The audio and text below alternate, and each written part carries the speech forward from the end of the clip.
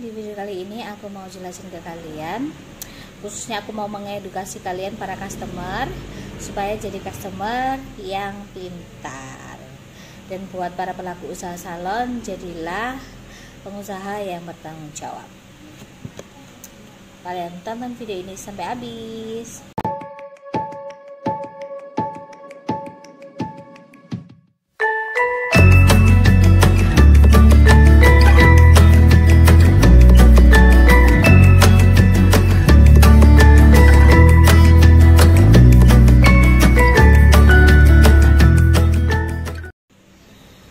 Di video kali ini aku mau sedikit jelasin buat kalian.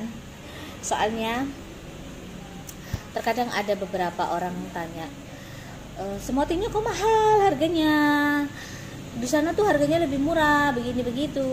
Sekarang aku jelasin ya. Kalian harus tahu dulu ya, harus tahunya gimana. Kalian di tempat yang lain misalkan dapat harga murah, itu kalian pakainya obat apa dulu? Soalnya sekarang, untuk zaman sekarang ini ya, obat-obatan yang dijual bebas itu banyak banget. Itu yang pertama. Dan yang kedua, tidak ada izinnya. Mereka asal-asal racik gitu. Soalnya apa? Karena banyak banget pelatihan kursus membuat kayak obat-obatan racikan, terus krim-krim racikan yang nggak jelas kayak gitu. Itu kan sangat berbahaya banget. Kalian belajarlah dari kasus krim-krim abal-abal yang ada yang dipakein di kulit kalian, terus kulitnya jadi nggak bagus. Itu belajar dari situ. Rambut pun nggak jauh beda kayak begitu gitu loh. Semua itu ada kursusnya gitu, dan itu harganya murah terus kayak gitu. Aku kasih tahu aja nih buat kalian. Jadi pemilihan obat itu sangat mempengaruhi hasil. Itu yang pertama. Makanya kalian harus tahu dulu obat yang dipakai ini apa. Kenapa salon ini lebih mahal misalkan, dan salon ini misalkan murahnya itu kebangetan misalkan. Murahnya kebangetan karena pasti kan ada sesuatu gitu. Obat apa yang dipakai? Nah, sedangkan smoothing yang harganya normal, aku bilang ya, itu pasti pakai produk yang terdaftar di BPOM, itu yang pasti. Dan yang kedua, mereknya jelas.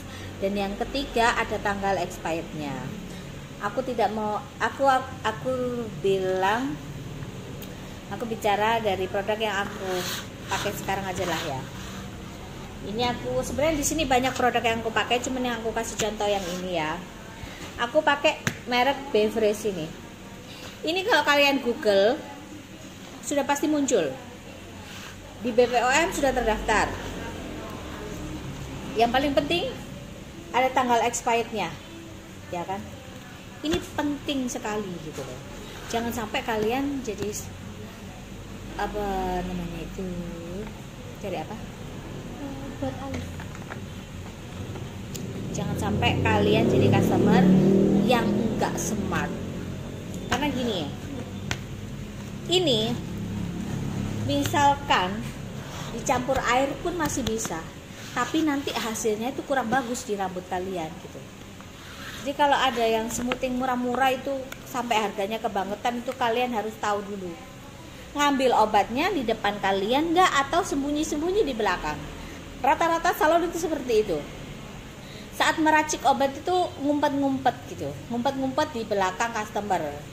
Alasan ini, alasan itu. Tapi kalau yang kalian benar-benar jadi smart buyer, kalian harus tahu nih, obat dituang di depan mata kalian, merek jelas, itu yang pasti harus, karena pengaruh. Kenapa? Misalkan terjadi kerusakan di rambut kalian bisa tuntut. Dan bagi para pelaku usaha salon ya, kalian juga bisa menuntut. Kalian dituntut customer, kalian menuntut supplier kalian, supplier menuntut perusahaan. Jadi urut-urutannya itu seperti itu. Jangan kalian pakai asal produk yang murah meriah, kalian bisa jual murah. Jangan pakai yang benar-benar produk itu yang pasti-pasti aja. Karena apa? Kita urusannya sama rambut ya. Kalau rambut udah sekali kejadian kebotakan dan rusak parah, sudah susah numbuhnya, bahkan bisa nggak numbuh lagi. Itu yang pasti, harus benar-benar teliti. teliti dalam segala hal buat kalian para customer kalau misalkan mau smoothing.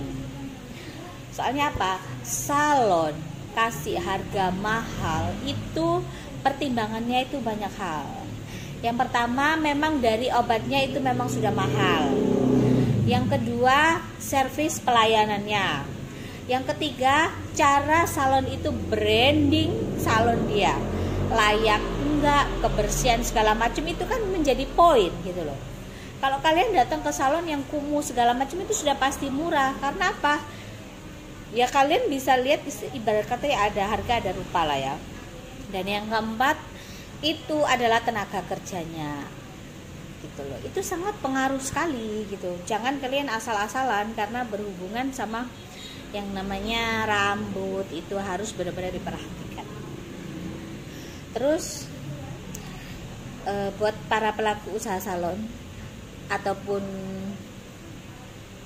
para customer, salon ngasih harga itu bukan asal-asalan.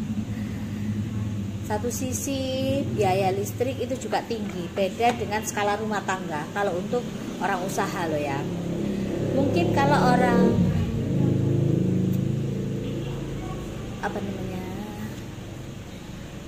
untuk listrik rumah tangga itu bisa dapat subsidi dan lain-lain. Tapi kalau orang usaha mah aku nggak pernah nemu kayak begitu prakteknya.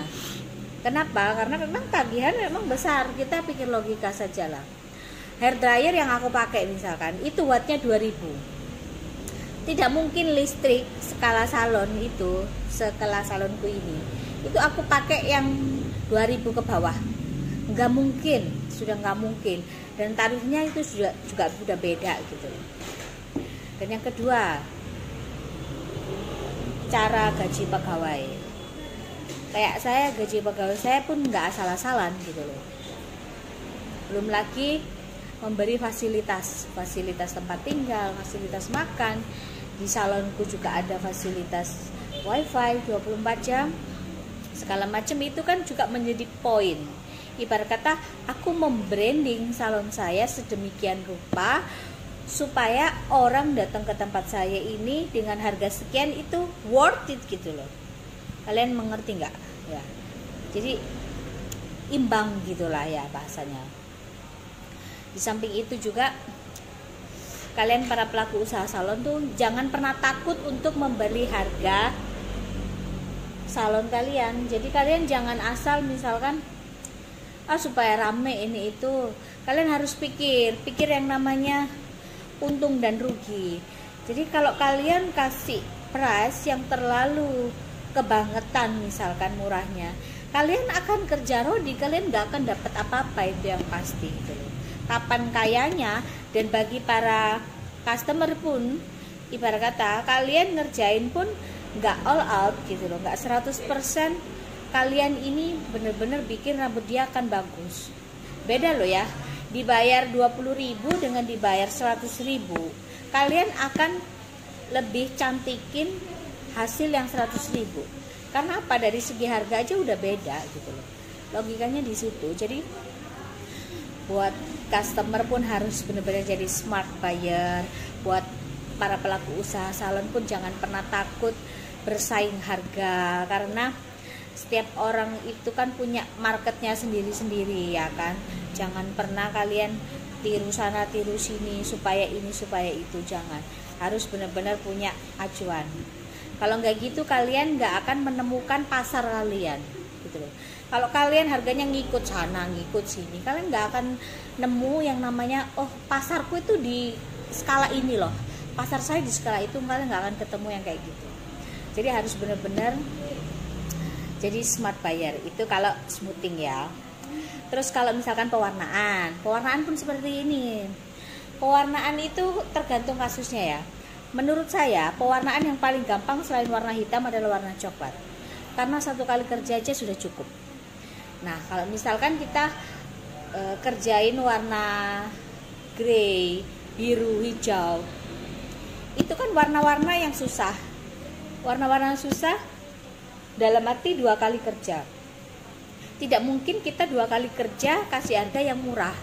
Mustahil. Sangat-sangat mustahil. Jadi kalian harus benar-benar mengerti. Ibarat kata kalian mengerti pekerjaan kalian dulu, mengerti modalnya seberapa. Jadi dari situ kalian akan menentukan nilai jasa kalian itu seberapa gitu. Dan buat para customer, misalkan kalian mau warna rambut nih, tiap rambut itu kesusahannya berbeda-beda. Kalian nggak bisa samain. Brand A, B, dan C itu juga cara kerjanya berbeda. Jadi misalkan ada, kalau kalian pernah dengar warna rambut bisa harganya sampai 1 juta ke atas, itu ya sudah wajar. Karena apa? Prosesnya ini loh yang mahal.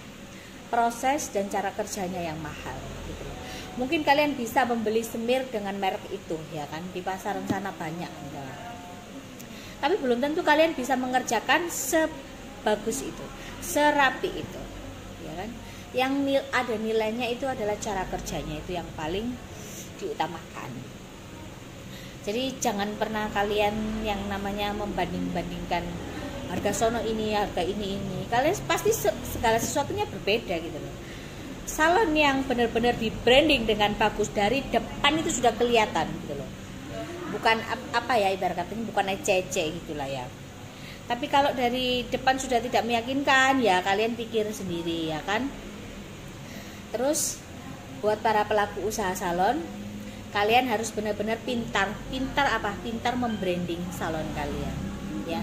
Jangan cuman kalian ikut sana ikut sini. Kalian harus punya acuan sendiri. Jangan sampai kalian itu ngikut-ngikut lah ya, bahasanya kayak gitu lah. Dan yang paling penting, aku sering banget jelasin, sering banget kasih tahu. Ini aku ambil contoh satu lagi ya. Kayak Hermas ataupun krim bat gitu dengan harga-harga yang murah misalkan. Kalian harus tahu dulu, salon yang besar, salon yang benar-benar bertanggung jawab, itu pasti stok produknya banyak. Kenapa aku bisa bilang seperti itu? Stok produk itu berpengaruh loh. Jadi misalkan kayak gini, aku kasih contoh ya. Misalkan ini nih, ini Hermas ini mereknya Befresh. Aku kalau beli ini minimal 1 karton ya, 1 karton minim itu. Ini habis paling cuma untuk ya 4 orang lah, mentok-mentok 5 orang, tapi terkadang nggak nyampe, paling 4 orang aja. Habis tentu saja kita buang ya, habis saya buang.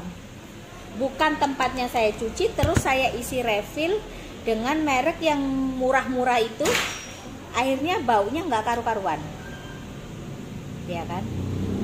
Sering terjadi kayak begitu. Dan buat para pelaku usaha salon nggak boleh seperti itu. Kita yang namanya kerja harus jujur, itu yang pertama. Supaya apa? Customer kita juga lebih puas. Terkadang itu customer juga pintar, hafal dengan bau-bau merek yang biasa kita pakai. Tapi kalau kalian dapat customer yang baru, mungkin mereka tidak akan jeli. Tapi kalau yang biasa datang ke tempat kalian itu, mereka pasti akan tahu gitu loh. Oh, kok beda ya sama yang kemarin, oh kok beda ya. Itu pasti inilah, tahu lah. Soalnya terkadang banyak banget salon-salon itu yang dia beli satu tempat kayak satu produk ini yang misalkan yang bagus. Nanti kalau udah habis, dia beli refill yang merek lain yang harganya murah-murah, 1 kilo ada yang 15.000 kayak gitu-gitu tuh. Aku bilang ya itu namanya pembohongan publik ya kan. Jangan sampai kalau aku ini sudah selesai ya habis. Karena apa? Aku di sini main stokku banyak, selesai buang. Jadi tidak pernah yang namanya kayak gini aku kumpulin tuh buat apa. Itu yang pasti, itu contoh kecilnya ya kan. Jangan sampai kalian itu nggak jadi smart buyer. Kalian sudah keluar uang banyak, kalian juga harus jeli sama produk yang dipakai ya kan. Dan yang paling penting lagi, tiap salon itu punya perhitungan sendiri-sendiri ya, nggak bisa kita sama-samain. Karena apa? Dari segi tempat, dari segi fasilitas, itu semuanya berbeda. Makanya kalian kalau mau datang ke salon manapun itu harus dilihat baik-baik. Jangan cuma terpaku karena harganya murah ya kan.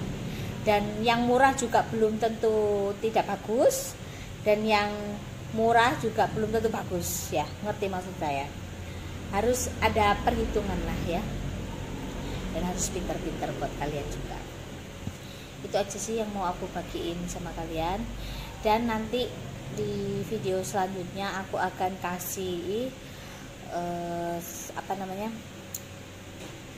cara smoothing untuk rambut yang seperti rambut gigi.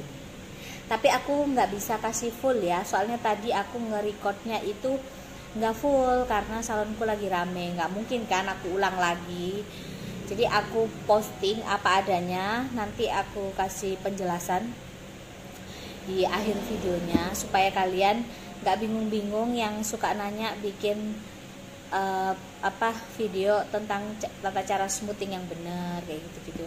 Bukan aku pelit ilmu, ndak, karena waktu yang pertama itu waktu, dan yang kedua itu aku baru sempet.